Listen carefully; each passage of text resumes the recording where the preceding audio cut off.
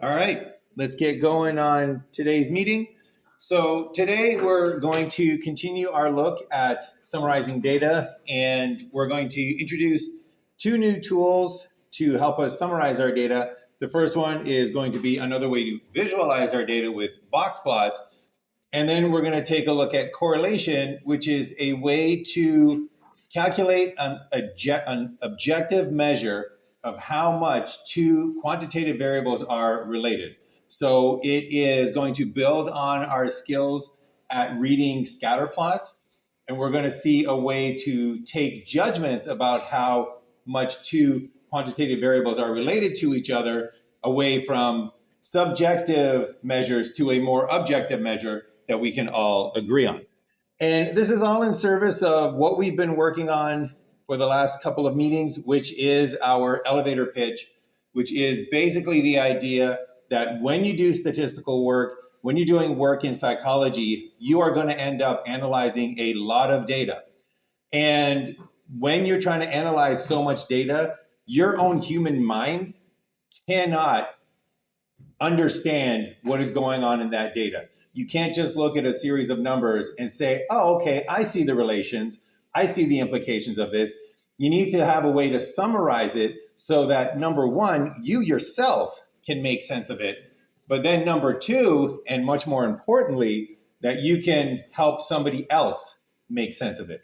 Because if you cannot communicate your findings, your research, your expertise, your insight, if you cannot communicate that effectively to other people, you will have no impact whatsoever in the world of psychology, and you will help a few people at most if you're unable to do that. So the better you can get your elevator pitch for your insights, for your conclusions, the more you can condense the information in a whole bunch of data to 1, 2, 3 numbers at most so that people can really grasp it, the more effective you're going to be and the more change you're going to make. So we're going to continue working on the skills that we need to have an effective elevator pitch for any source of data.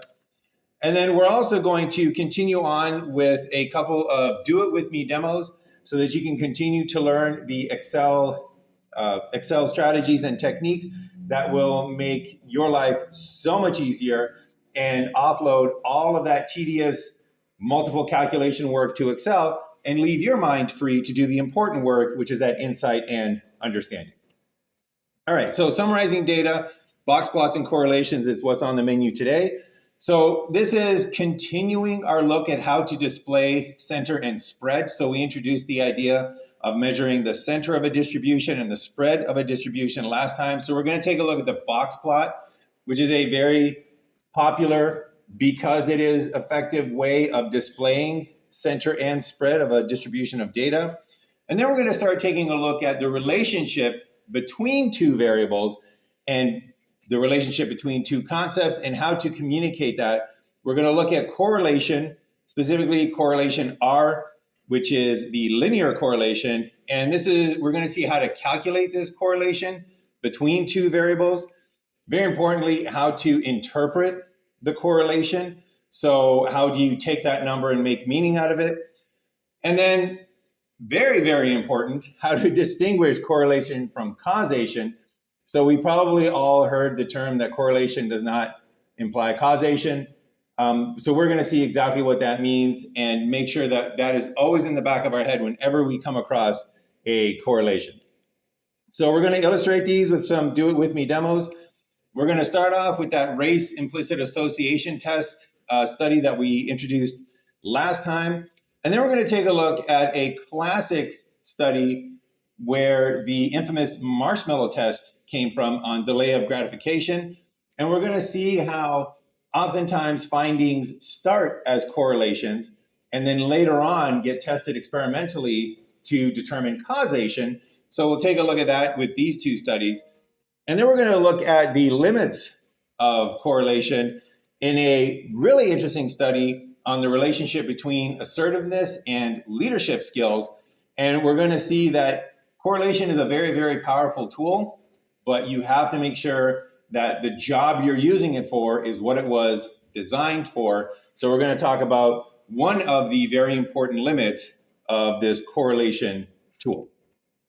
All right, so to start off, we're going to start with our look at data from the Race Implicit Association Test.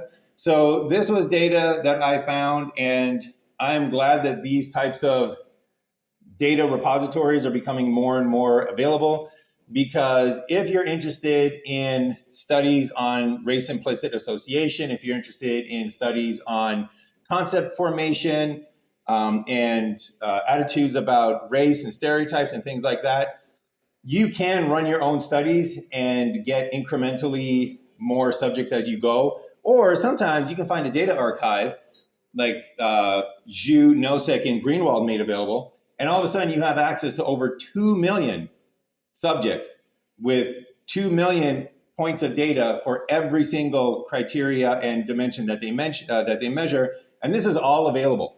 Like, you can go there and download this today and just have at it, do some data mining. So a wonderful, wonderful resource.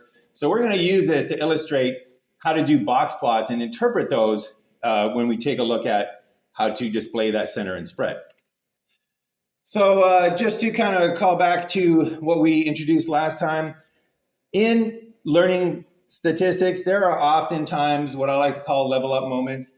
And these are topics or concepts that we get to, and they're the typical stumbling blocks for some students. So not all of you are going to stumble at these stumbling blocks, but I just want to put it on your radar because it is sort of the typical progression that students often go through. So the measures of center, especially the measures of spread, are sometimes the first times where students start to lose a little bit of the grip on exactly what is going on. So if that's you, I just want to reassure you, I've seen this happen before. This is just a natural progression. If you're taking a look at measures of spread, such as standard deviation and interquartile range, and you're like, oh my gosh, that makes complete sense. That's amazing. That's wonderful. Keep going. If you're looking at it and saying, wow, interquartile range kind of makes sense, but standard deviation, what is that? I don't really get that. And calculating it is a nightmare. Just know that that's very typical. And people will move through it. Make sure that you go back and review what you need to review. If you need to contact me as well, and I can help you as much as I can. But just know that it's important to get solid on these concepts before moving to the next round. All right. And just once more, and I'm not even going to promise, this isn't going to be the last time, but once more, I just want to point out the hack that I mentioned before of when you read your textbook, when you read any statistical information, never, ever, ever read the statistical terms as letters and symbols. Always read them for what they stand for. So for example, today we're going to take a look at the correlation coefficient known as R. And there's a formula for R right there. So let's zoom in on that. And if you were to read this and you were to say to yourself, all right, let me take a look at what this formula is. R equals sigma, and that's multiplied by xi minus x bar, divide that by sx, and then multiply that by yi minus y bar, divide that by sy, and then you divide that by n minus 1. That's the formula for R. None of that makes any sense. All of that is meaningless. What's an xi? What's an sy? None of those things carry any meaning in your mind. So if you start doing that from the beginning when you read this, you will never engrave those ideas and those concepts into your mind so that you are very agile with them and very able to use them. If, on the other hand, you read this as, okay, correlation equals the sum of the scores minus the average of the scores divided by the standard deviation of the scores times the scores minus the average of the other set of scores divided by the standard deviation of the scores, and all of that is divided by the number of scores minus 1, well, that makes a lot more sense. So if you read that way, then it's very much more straightforward to take a look at this equation and say, correlation, oh, that equals the sum of your first set of scores minus the average, all divided by the standard deviation of scores, times the second set of scores minus the average, all divided by the standard deviation of scores, and all of that divided by the scores minus 1. That makes more sense. Even that is still complicated. Like, I'm not saying, oh, just say it out in English and everything's going to make sense. But you're going to be 80, 85, 90% of the way there to understanding what it is that you're looking at, rather than getting nowhere and just knowing R equals sigma xi minus x bar divided by sx. That is meaningless. And on that note as well, we are now getting into the area where these are the formulas that you need to use if you're going to do this by pencil and paper and calculator. So when you see this formula up here, one thing that I like to tell my students is about the dark days. The dark days before everybody had a computer. And you would have these professors that would do amazing research, and they would collect, they would design experiments, and they would collect all this data, and they would have stacks and stacks of data. And what they would do is they would look at their lab of grad students. Maybe they had 2 grad students, maybe they had 6 grad students, and they would say, hey, grad students, take this stack of paper and calculate the correlation for me. And those grad students would be locked up in their ivory tower for a few days, just sitting there going, okay, x1 minus the average of the x's divided by the standard deviation of the x's. Okay, I got that. x2 minus average of the x's divided by the standard deviation of the x's. How many subjects did he run? 350? Okay, x3 minus, it's horrible. So when you see this, first off, moment of silence for those poor grad students that are still there doing calculations. Secondly, appreciate that we are not in that situation anymore, and embrace the computer romance, all right? Have your own ComROM and learn how to use these skills, and then use them as much as you can. So the last thing that I'll mention in this sort of preamble before we get to the actual calculations is that in your homework, in the some of the examples that you'll come across in your textbook, for example, the homework is designed as an introduction to statistics. So oftentimes they'll give you a set of scores and they'll only have 10 scores. And you might take a look at that and say, you know what, I can do 10 scores with my pencil and paper and my calculator quicker than I could open up Excel, look at my notes, what was the formula, how do I set it up? I can actually do it quicker with pencil and paper. That's true for now. But as you're going to see, when you get into real psychology data with the required number of subjects in the hundreds, sometimes in the thousands, you're not going to be able to do it by pencil and paper. Well, you can, but it's going to take you months to do these calculations. So the more you can learn Excel up front, the more powerful it's going to become, and the quicker you're going to be able to do things, including your homework in this course, especially as we continue on and the calculations just get more and more complicated and involved. Just to kind of, tell you again about how much you can lean on Excel. When I saw that formula for correlation, I didn't know that formula for correlation off the top of my head, because the last time I saw that formula for correlation was when I learned statistics in grad school. It was probably the last course I took in statistics. That was the last time I saw that formula. I don't use that formula. I use Excel. I still get a correlation. So it just shows you how much you can lean on Excel's computing power. All right. So we are now going to take a look at some of the data from this Race Implicit Association Test. And again, we're using this because they made this repository of data available.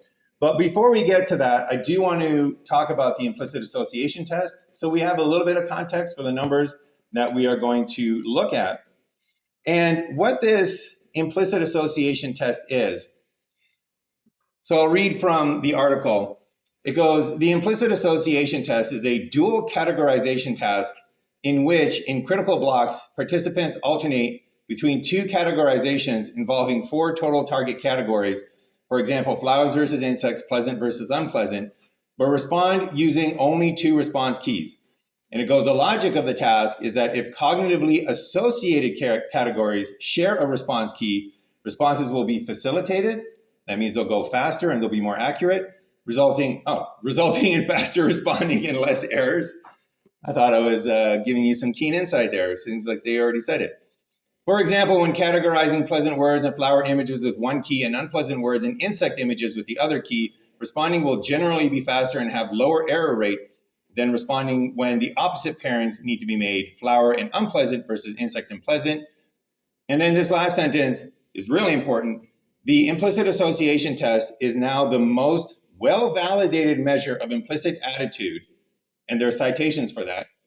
And the race implicit association test, black versus white people, good versus bad, is the most widely used and numerous implicit association tests that have been used in research.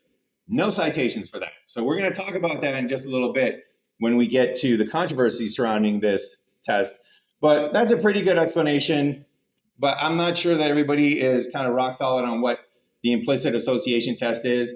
So to kind of give you another kind of visual of this, we go back to the original article where this was developed, where this was first proposed. Highly, highly recommend whatever it is in psychology that you're interested in, find the original articles. Read the original articles, because sometimes what is reported in textbooks is not what was reported in the actual original article. Things get distorted. In this case, it's pretty close. So this is a schematic of an implicit association test. So this is basically the steps that it would take. So what they do is they have this initial target concept discrimination stage, stage number one. And what a subject would learn is that when you see a name, in this case, they were using names. When you see a name that in our culture is typically associated with Black people, African Americans, then you're going to press the left button.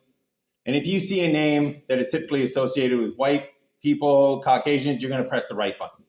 So you see Meredith, you press the right button. You see Latanya, you press the left button. Siobhan, you press the left button. That's the first discrimination. You learn which button to press for names that are typically associated with Black people and names that are typically associated with white people. Then you go on to stage two. And you learn to press left for pleasant words, and you press right for unpleasant words. So lucky, pleasant, press left. Honor, pleasant, press left. Unpleasant, poison, you press right. Then you get the key situation, which is where two of those concepts are paired together. And in the race implicit association test, what they will do is they will pair, for example, the response key for Black names with the response key for pleasant words. And they'll pair the response key for white names with the response key for unpleasant words. Now, you only ever see one word at a time. So you either see a name or you see a word. But if it's a name that's associated or typically associated with African Americans, then you would press left. If it's pleasant, you press left. If it's a name that's typically associated with Caucasians, you would press right. Or if it's unpleasant, you press right. So in this case, they're seeing how much do you associate Black names with pleasant words and white names with unpleasant words. And then what they do is in a later stage, they reverse that. And they say, all right, now we're going to pair Black names with unpleasant words and white names with pleasant words. And the idea is that if you associate any of those two concepts together, so let's say, for example, that you associate, and this is the typical thing that they test for, let's say that in your mind, implicitly, you have associations between Black individuals and unpleasant things. In that case, when those two concepts are on the same response key, you're going to respond faster, because your mind doesn't have to fight between two concepts. In your mind, they kind of go together, so you'll be faster to respond. If, on the other hand, you have two concepts that are incongruent on the same key, such as Black individuals and unpleasant words, then you're going to be slower to respond. So by comparing your response times in block 3 to block 5, you can measure how implicitly associated are those two concepts in your mind. Do those two concepts go together? At least in your mind. So is that clear to everybody what how that test works? Okay, so that's the foundation of the test. And I wanted to use this one as an example for two reasons. One, again, very thankful, tons of data being made available, real data, actual psychology data, but also because this is a test that has been oftentimes mentioned in mainstream news, oftentimes mentioned in popular culture. And this is a test that I just want you to be very aware of because it is very widely used, but it is extremely controversial. So this is actual footage of the implicit association test there in the middle being argued over by two sides, two camps of psychologists. One side that says that this test actually measures something of value, and the other side saying it either measures nothing or we don't know what it measures. So just to kind of give you a rundown of the controversy on both sides of this, the first study that introduced the idea of this implicit association test, the Greenwald et al. Study, they actually showed that it detects race-related evaluative associations, and they detected this even among self-described, unprejudiced white participants. So even if you yourself say, oh, consciously, I don't hold any associations between African Americans and negative words, this test can reveal if you implicitly have those associations in your mind. So that established this basic construct validity, saying that there is something there, and this implicit association test is measuring it in the classic black versus white, good versus bad race implicit association test. So that was support. However, critical of this test and its use was a study done by Oswald et al. And they concluded that the race implicit association test scores are actually weak predictors of any sort of ethnic or racial discrimination. And it only accounts for small fractions of behavioral variance. So you need to have strong caution when you're interpreting this, especially for individual scores. So what they're saying is that this test and the differences that it detects are very weak predictors of actual discrimination and racist behavior. And that ability to predict almost disappears when you go down to an individual. So it's maybe useful for predicting a population of individuals, but it's almost useless for predicting what's a specific individual going to do. Support for the implicit association test. This was a meta-analysis done by Greenwald et al. And they noticed that the implicit association test actually did predict behavior, judgments, and physiology with a correlation coefficient of 0.27, and that's going to make more sense later. But notably, in black-white interracial behavioral samples, the implicit association test predicted better than self-report. So that supports its criterion validity, saying that it actually does measure the same thing that self-report measures, but incremental validity saying that it measures it better. And then you have critics of the implicit association test. Blanton et al., they argued that claims about the implicit association test predictive power, they're overstated, and given analytic choices and small effects, they say you need stronger evidence before you make any sort of consequential decisions using the implicit association test. Support for the implicit association test, Curdy et al. Mentioned that in another meta-analysis, they found significant implicit association test behavior links overall. High correspondence and standard scoring implicit criterion correlations were substantially larger when you use it along with best experimental practices. Critical of the implicit association test, Oswald et al. Did an analysis where they said that the race implicit association test predicts discrimination poorly, and the societal significance of these small effects are uncertain, again, especially for individual level decisions. Support for the implicit association test, Heyman et al. Showed that at the regional level in the US, there was higher aggregate white implicit racial biases, that is higher scores on the IA, the implicit association test scores, predicted greater black versus white disparities in police lethal force. So that actually is a study that links the implicit association test bias with actual real world behaviors. And then critical of the implicit association test, for sure, et al. Showed that if you can change somebody's score on that implicit association test, it often does not translate into any sort of behavioral change. So if you work through some sort of training or intervention to actually decrease or uncouple the association between the concepts, it doesn't actually change into behavioral measures. I think I got two more. Support for implicit association test. Counties that have higher implicit association test measured racial bias showed larger black-white gaps in school discipline across multiple actions and data sets. And then finally, one last critical one, Shimak reviewed the construct validity of implicit association test and says that it lacks clear discriminant validity as an individual difference measure, meaning that it's not better than self-report, and estimates only a modest portion of the race implicit association test variance reflects true racial preferences. So what does that all mean? It means two things. Number one, very controversial test. So I just want to put that out there before we kind of dive into it, that there is still very large disagreement amongst a very large number of psychologists in terms of what the implicit association test is actually measuring. So if this is something that you are interested in, and you are interested in implicit cognition, if you are interested in racial bias and stereotypes and things like that, do the deep dive in the implicit association test. And the other thing that I will mention is that in our society these days, you will hear people often saying that they support a particular position or they came to a particular conclusion because they did the research. So I just went through 10 studies where they did analyses of this implicit association test. 5 of them came out in support of the implicit association test.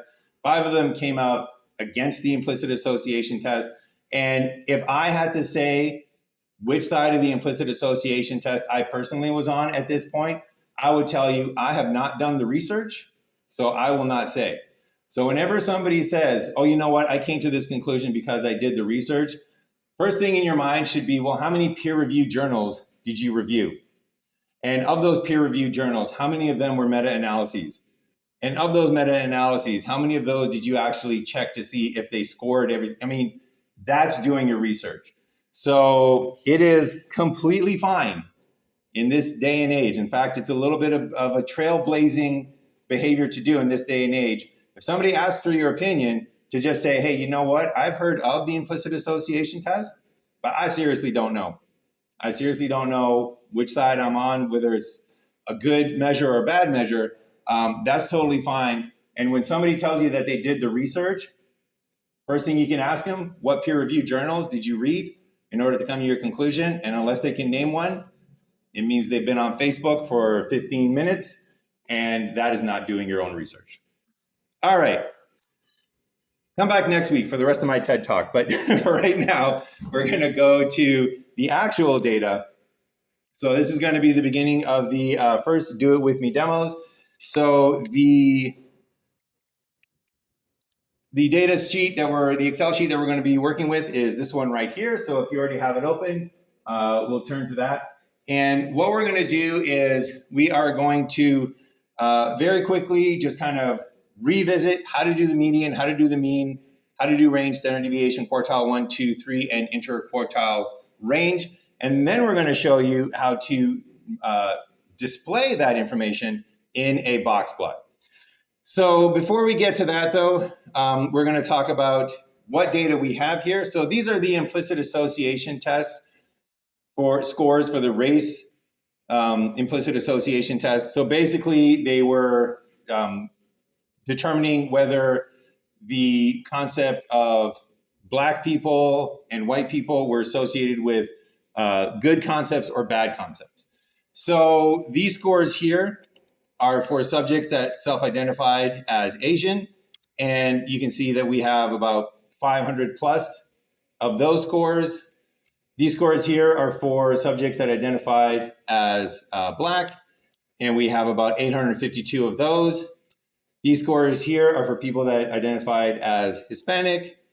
We have about 676 of those. These scores here, people identified as Pacific Islander. We only have about 30 of those.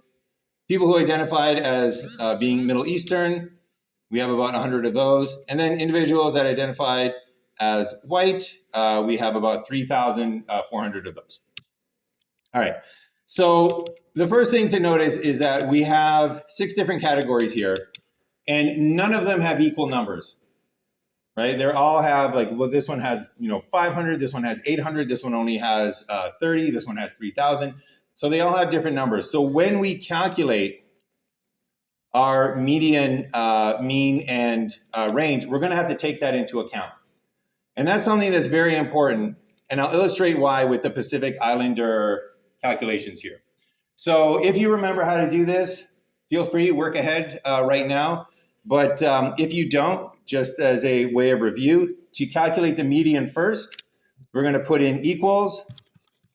We're going to type in median. That lets Excel know that we want the median calculated. Open parentheses, that lets Excel know that we now are going to give it some data. Highlight the cell that has your first data point in it. Control Shift down. That will highlight all of your data until the first space, until Excel acknowledges the first space. And then we can close our parentheses and we hit enter. And we see that we have a median of minus 0.033. So implicit association scores, they can go positive or negative. So in this case, we have a median that's very, very close to 0. Now we might say to ourselves, all right, let's take this and there we go. 1 second, let me make this a little bit more easily visible. Okay, so we might say, all right, we just calculated this formula. And I know that if I copy and paste formulas in Excel, it will do the same thing if I move it back one column, if I move it forward another column. So let's say that we wanted to now calculate the median for the Hispanic individuals. We might say, all right, let's copy this. So Control C. All right, fair enough. Control C, we move it over one category, we hit Control V, and now it has calculated the median for the Hispanic subjects in this study. However, that has been done incorrectly. And the problem comes from the fact that we have unequal numbers of subjects in our data. And the easy way to just double check to make sure that we didn't make a mistake like that, you take a look at your formula, you hover over the cell, you double click it, and it'll show you the scores that are being used in this formula. And as you can see, it grabbed the first 30 scores because that's what it did for the Pacific Islander individuals. And then it ignored everything else. So we want to make sure that we don't make that mistake, that we don't miscalculate because we're ignoring the other data. But at the same time, we kind of want to make sure that we don't have to do this over and over and over and over again. So what we can do is this new little feature that Excel has, where we can put in median, and then we can just click on the entire column. So you can go up here to the column here, column A where the title is, and you can just click on that whole column, and now it'll calculate the median for the entire column. And now, because we calculated for the entire column and we set our data up so that all of the participants who identified as Asian are in column A, we now know that we have taken all of those scores, all of the scores in that first column, and Excel has calculated a median for those scores. Now we can take that calculation, copy it, move it over one column, hit paste, and we get the median for the individuals that identified as Black. We double click on that, and we can see here that it is now including all of the scores, not just some of the scores. It's going to take a while to get to the bottom. All of the scores for the individuals that identified as Black. And we can do that now, Control C, Control V for the Hispanic individuals, Pacific Islander, Middle East, and individuals that identified as white. Now, this actually is a unexpected little bonus that I'm going to show you right now. So occasionally, Excel will say, hey, you know what? I'm going to calculate this out to a bajillion decimal places. And that is great. That is why we use Excel, because Excel does not round very much at all. It barely, it carries as many decimal forwards as possible. So you get very accurate calculations, but sometimes your human brain takes a look at that and it's just intimidating. It just doesn't look nice.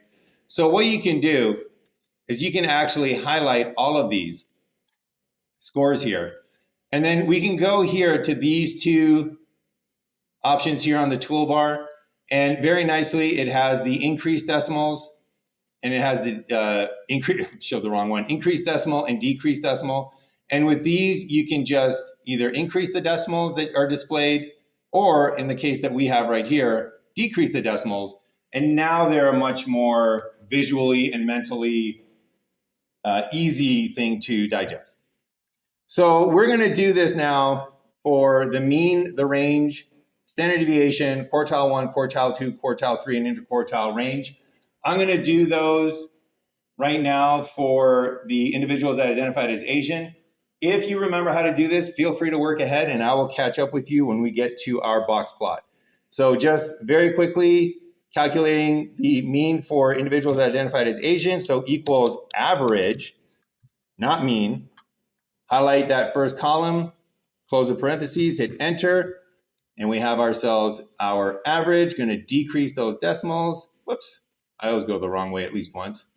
For the range equals max, open parentheses, highlight that column, close the parentheses, minus min, open parentheses, highlight that column, close the parentheses. We can decrease that decimal, still going the wrong way again. Standard deviation is equals STDEV, open parentheses, highlight that first column, close the parentheses.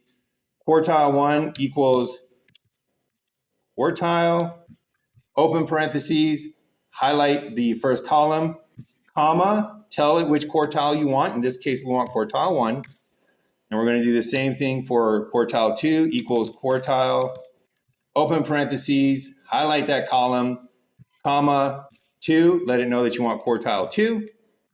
And lastly, quartile 3 equals quartile, open parentheses, highlight that first column, comma, quartile 3. So we put 3, close the parentheses. And then finally, the interquartile range is equal to quartile 3 minus quartile 1.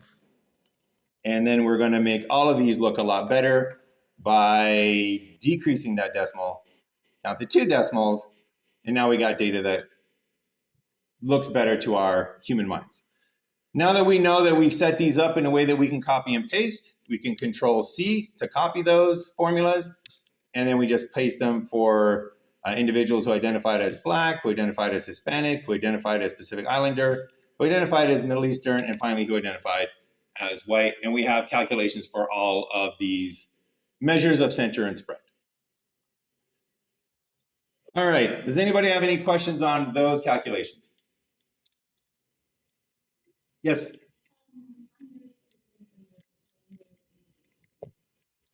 You missed the formula? Yeah. So the formula for standard deviation is this STDEV. So ST for standard, DEV for deviation. So equals STDEV, open parentheses, highlight that column, close parentheses, and we have our standard deviation.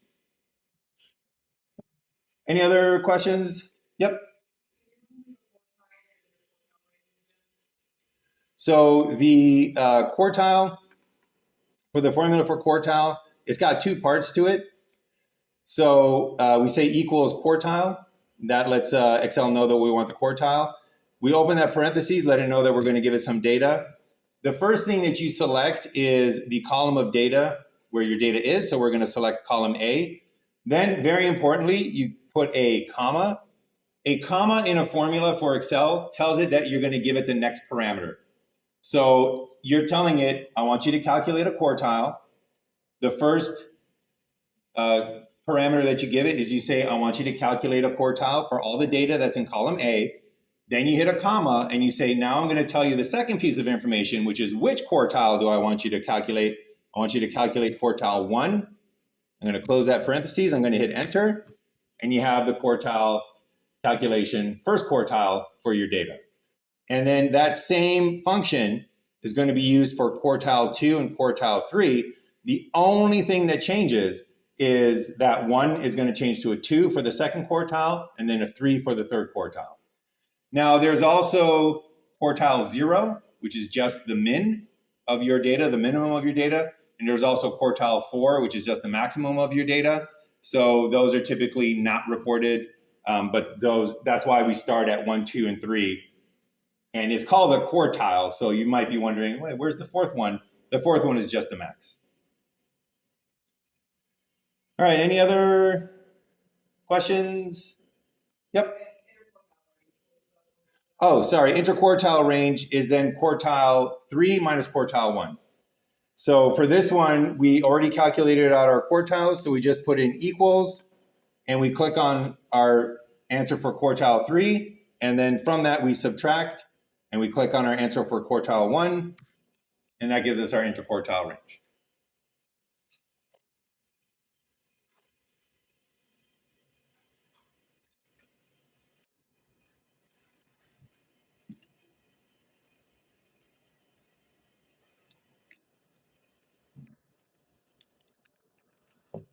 All right, any other questions?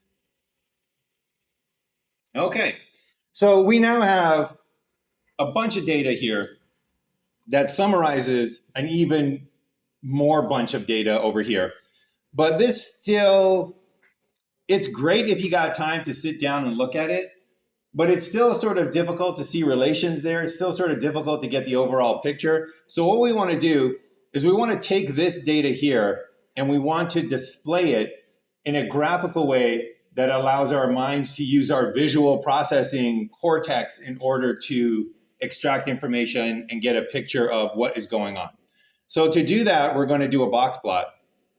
And the first thing that we want to do our box plot is you want to go to where your data is entered.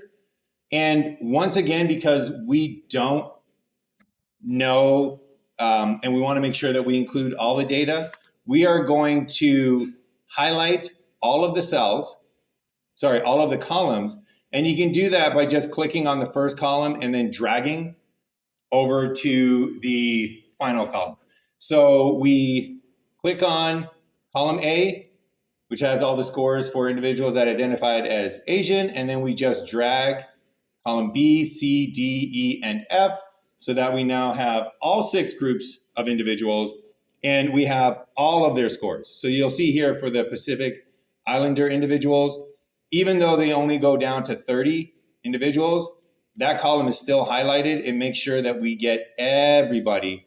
We're not going to miss anybody because only individuals that identified as Pacific Islander are in column D. That's the way that we set up our data to begin with. Okay, so once we have those selected, we're going to go here to insert.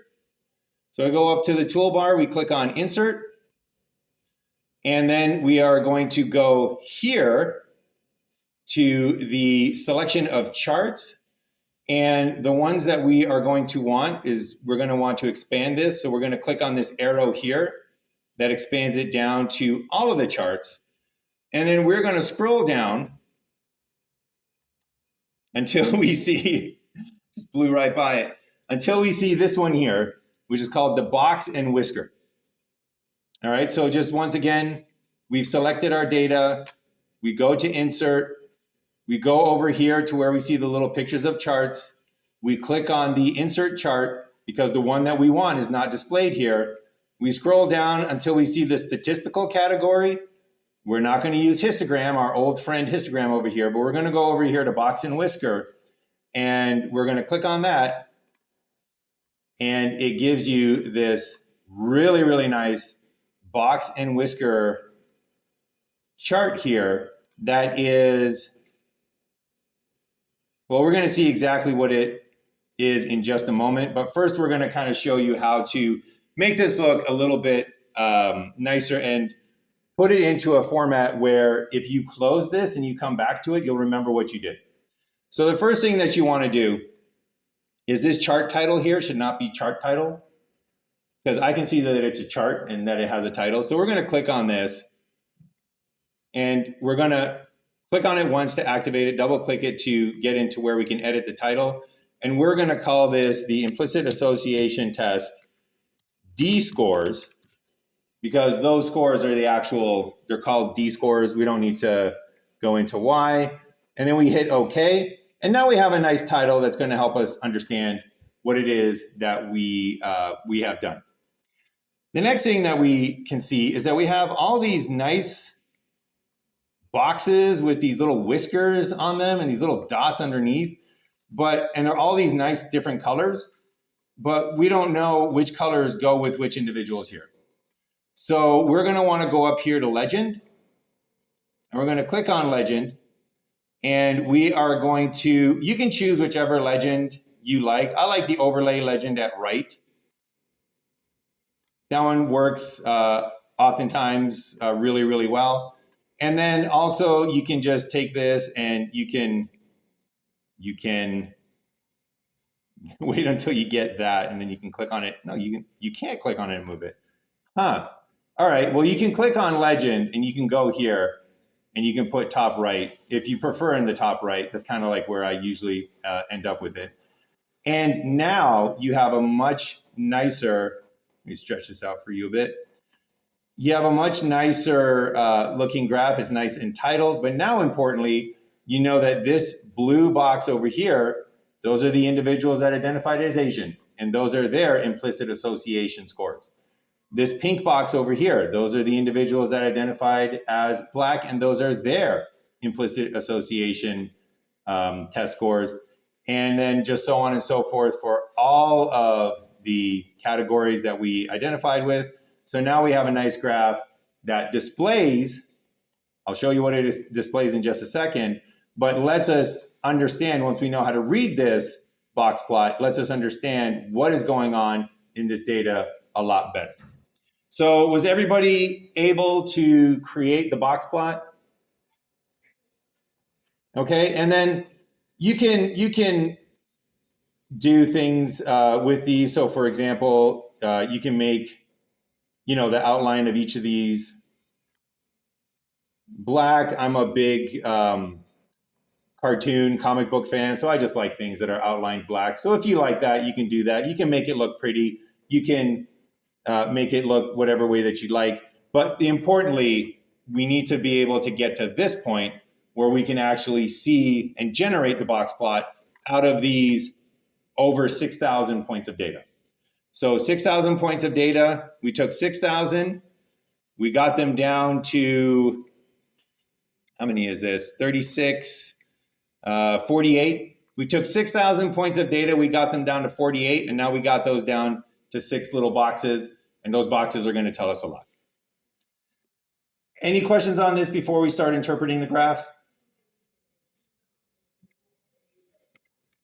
All right.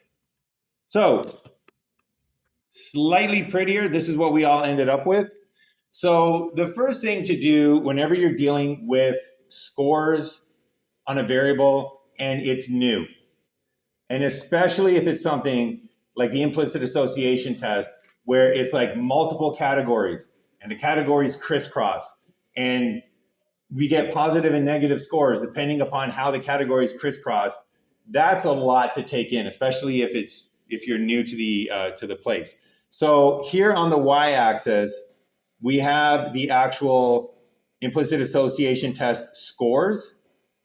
And we want to just kind of label these for ourselves to know what do positive scores mean and what do negative scores mean. So a positive score means that you were quicker when black concepts were on the same side as bad concepts, and white concepts were on the same side as good concepts.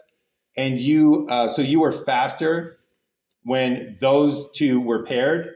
And if you have negative scores, then you were faster when black concepts were associated on the same side as good concepts, and white concepts were on the same side as bad concepts. So positive scores mean this, negative scores mean that. Anytime you have a score that's kind of difficult to hang on to, like implicit association scores, do that. Your mind will thank you. You'll make a lot more sense out of what you're doing. Okay, so we got 5 boxes here. Let's just take a look at one box. We're going to focus in on the individuals that identified as Asian. So what does this mean? Let's zoom in a little bit. So the first thing that I'm going to talk about is this little X here. That little X is a bonus that Excel gives you that isn't always in a box plot. And what that is that is the mean. So that is the mean implicit association test score for Asian individuals. That's the average. The line that is just slightly above that X, that's the median. So immediately in this box plot, you have 2 measures of center of distribution that are being given to you. So visually, it's very easy to see, oh, well, there's the mean, the X. There's the median, the line. The mean is a little bit lower than the median. That probably means that the scores are skewed more towards the bottom than they are towards the top. So already you can start making a lot of conclusions about what's going on just by where your mean is and where your median is. That being said, many box plots do not have the mean, but they will have the median. So that line in the middle of your box, that's your median. That bottom line, that is quartile number 1. So the bottom part of the box, that's quartile number 1. The top part of your box, that's quartile number 3. So the height of your box gives you your interquartile range. So again, really nice way to visually put in a lot of information. We got quartile number 1, we got quartile number 3, size of the box, interquartile range. And then on top of that, it has these 2 whiskers. Now, this is also a place where you need to be a little bit careful in terms of how the box plot is being made, because sometimes those whiskers mean one thing, sometimes they mean another thing. Occasionally, they will be the minimum and maximum of your scores. So occasionally that top whisker with that top line, that will be your score maximum. And this one down here will be your score minimum. But clearly that's not happening here because we have these little scores down here that didn't quite fall within that whisker. So what's going on here? Well, another convention for these box plots is that that bottom whisker, that is either the minimum or 1.5 times the size of your interquartile range. So it's either the minimum or 1.5 times your interquartile range, whichever one is smaller in this case. And then that top line, that is your maximum or 1.5 times the interquartile range. So it's either the maximum data point or it's 1.5 interquartile ranges above quartile 3, right? So you take this size of this box and you go 1.5 up, and that is your maximum of your top whisker here. For the minimum here, they took the box in this case and they went 1.5 boxes down. So this one is your 1.5 of your interquartile range. And what that allows you to do, it allows you to identify scores like those, and those are your outliers. So one of the ways to define an outlier is any score that is beyond 1.5 quartiles, beyond quartile 1 or beyond quartile 3. So in this box plot, when you see dots that are beyond the whiskers, those are your outliers. They go beyond that 1.5 times your interquartile range for the whiskers. So those are the parts of a box plot. Any questions on those? Okay. So once again, we have that one category, individuals that identified as Asian. Now we put all 6 of them back up there. And all of a sudden you can start to see, well, okay, we have some things going on here. And you can start making kind of comparisons. So you can take a look really quickly at the medians and see which ethnic groups had the highest medians, right? Middle Eastern and white individuals. Which ones had the lowest medians? Pacific Islander and Black individuals, right? You can see which ones were really spread out. Which ones had a ton of outliers, and on what side did the outliers occur. So you can start to make really important insights into the data just by taking a look at this image, this graphical display, once you know how to read a box plot and what the line means: median, box, first quartile, third quartile, and then the whiskers, either your maximum or 1.5 times your quartile range, or your minimum 1.5 times your interquartile range. All right, any final questions before we move on from the box plot? All right. So once again, before we leave it, I just want to point out, highly controversial test. People are still debating, still doing studies, still trying to figure out what it is that this thing actually measures, and is it a useful measure? So just bear that in mind. When you read stuff about the implicit association test, just bear in mind that there are very skilled, intelligent people that are trying to figure out, is this something that's going to get us closer to the truth about what's going on in our minds? And it is in no way settled yet. Okay, so that was that. Now we're going to move on to marshmallows. So has anybody here heard of the marshmallow test before? Okay, cool, awesome. So this is actually a really, really, really classic study that it was initially introduced by Michel et al. Back in, it's like 1988. And what it was a way to test people's ability to delay gratification. So what they would do is you would have a child, and it was usually children. So you have a child and they would be in an experimental situation. And the basic manipulation was that the experimenter would show them a marshmallow, and they would put that marshmallow on the table, and they would tell that child, hey, we're going to have a snack real soon, and we're going to have this marshmallow right here. But I need to leave the room for a little bit. So I'm going to leave the room right now. And when I come back, there's different variations, but I'll go with one of the typical ones. They tell the child, when I come back, if you have not eaten your marshmallow, you can have 2 marshmallows. But if I come back and you ate the marshmallow, then that's the only one that you get. So the question becomes, can this child wait in order to maximize their enjoyment later? Or will they succumb to temptation and maximize their enjoyment now? So can they delay that gratification so that they can have 2 marshmallows later?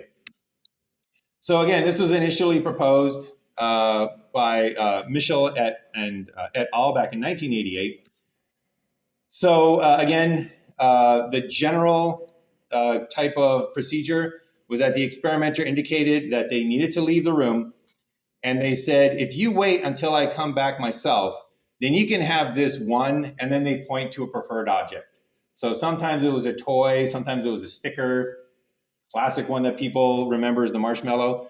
If you don't want to wait, you can ring the bell and bring me back anytime you want to. But if you ring the bell, then you can't have this one pointing to the preferred object, but you can have that one pointing to a less preferred object. So 2 marshmallows versus 1 marshmallow, really nice shiny sticker versus a really boring sticker. And that was the test. How long can these children go before they ring the bell and they call the experimenter back? And the study itself, what they did was they capped the waiting up to 15 minutes.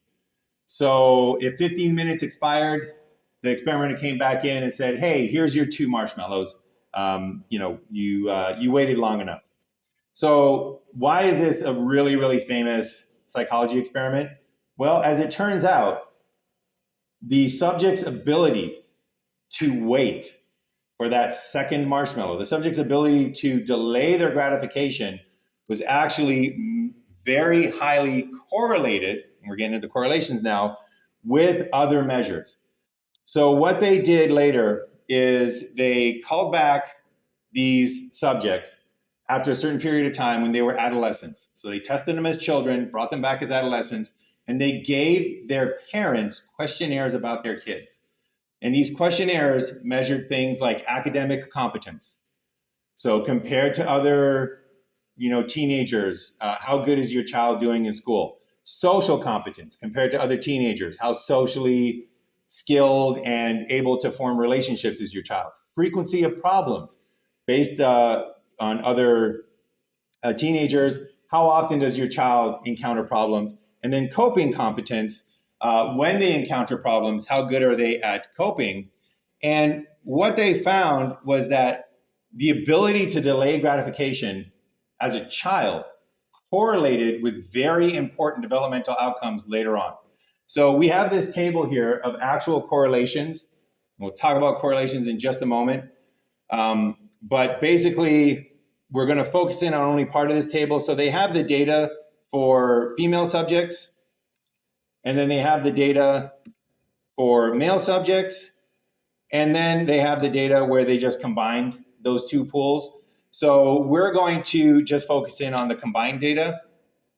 And then they also did variations of this experiment. And in one of the experiments, they had one delay and then the child went through a second delay. In another experiment, they only had one delay. So we're going to focus in on the first and second delay. So the numbers we're going to look at are these numbers right here. So those are all correlation coefficients.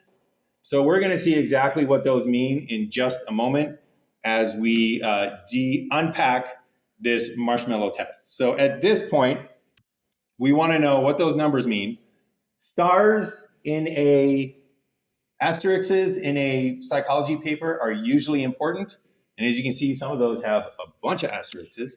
So why are they important? What do they tell us? Well, to get to the bottom of that, it is time for part 2 of the Do It With Me demo. So you're going to want to open up this one right here, delay of gratification. And we are going to start to calculate some correlations and see exactly what these things actually mean. So the first thing that we're going to do is we're going to calculate the correlations. Now, to be fully transparent, the data that we are working with, this is hypothetical data that I designed to be as close as possible to the actual data that would have been collected by Michel et al. But I just want to be upfront, this is not the actual data. This is made up data that I made up for the educational purposes. So it is much like their data, but for copyright purposes and just for full transparency, it's not actually their data. All right, so we want to calculate correlation, the correlation coefficient. What is a correlation coefficient?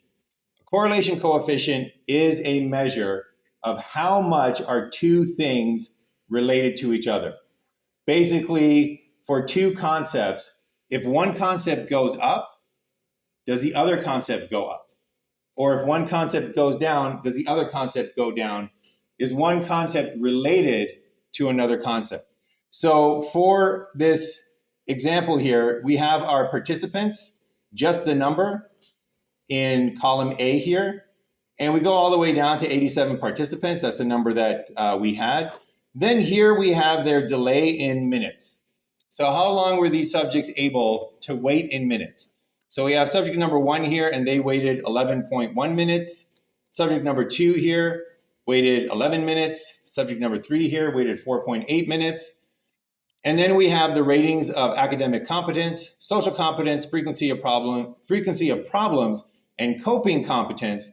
And these were scored on a test or a survey that was given to the parents, and the parents indicated how their children were doing on each of these dimensions. So what we want to know now is, does delay, is it associated with academic competence? So if you're able to delay your gratification as a child, are you more likely to be successful later on in academics? That's what we want to calculate. So to do that, we're going to go here and we're going to calculate our correlation coefficient. So we click on this area here, so academic competence, and delay.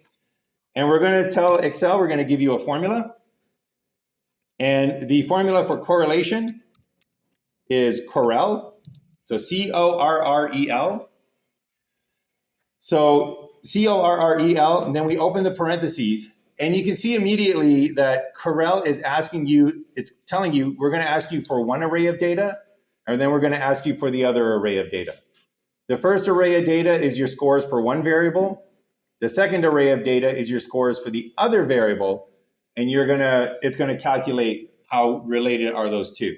So we're going to start off by choosing the delay. So we just click on where our first delay score is.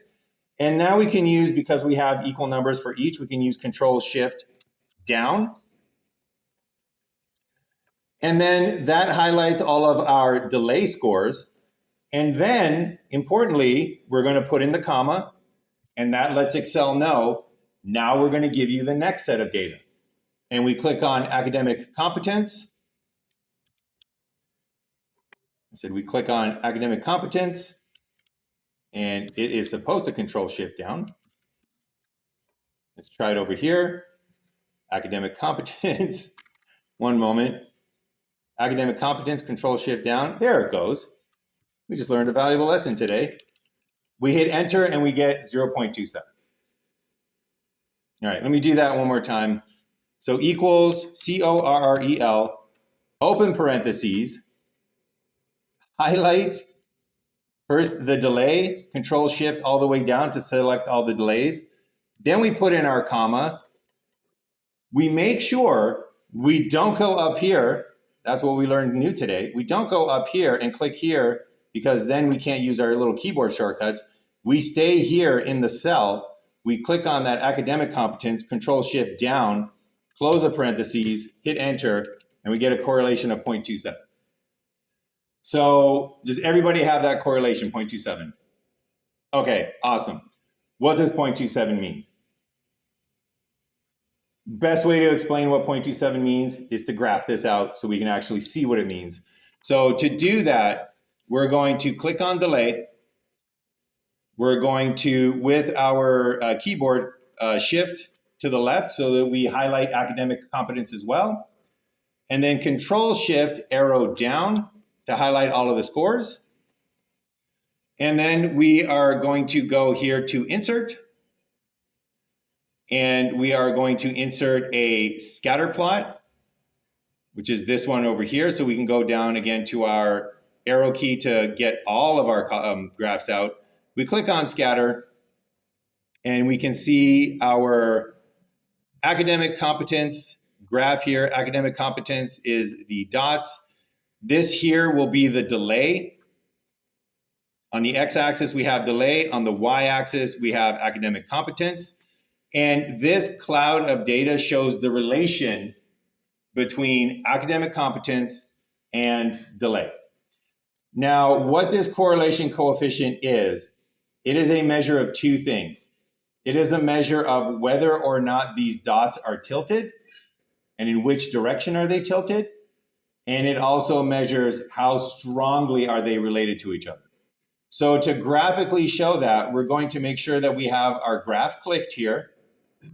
And then we can just click on any one of these data points, but we're going to right click. Don't left click, but we're going to right click. And then we are going to go down here to add trend line.